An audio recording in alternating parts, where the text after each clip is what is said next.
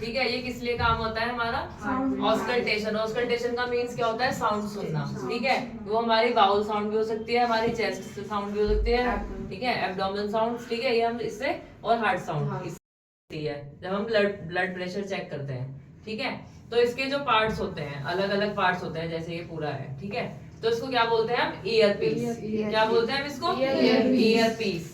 इसको बोलते हैं, जो ये दिखाई दे रहा है ना, ये इसको बोलते हैं हम ईयर ट्यूब। ईयर ट्यूब, ठीक है।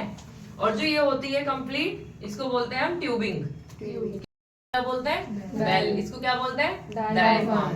ठीक है, बस ये इसके पार्ट थे। और यहाँ से ये होता है, इसमें मतलब एंटी क्लॉकवाइज हम घुमाएंगे तो उससे हमें साउंड आनी बंद हो जाएगी, और जब हम उसको खोलेंगे ऐसे तो उससे हमारी साउंड आनी शुरू हो जाएगी। ठीक है, ये जो इसका वर्क होता है ट्यूब का, इससे जैसे हम यहाँ पे अपनी चेस्ट पे ऐसे रखते हैं, इसको इस साइड से ऐसे रखेंगे हम चेस्ट पे, तो हम जब ईयर में लगाएंगे तो जो हमारी यहाँ की साउंड है वो हमारी इस ट्यूब के द्वारा हमें यहाँ तक सुनाई देगी। कहाँ पे सुनाई देगी? ईयर में। ठीक है, बस ये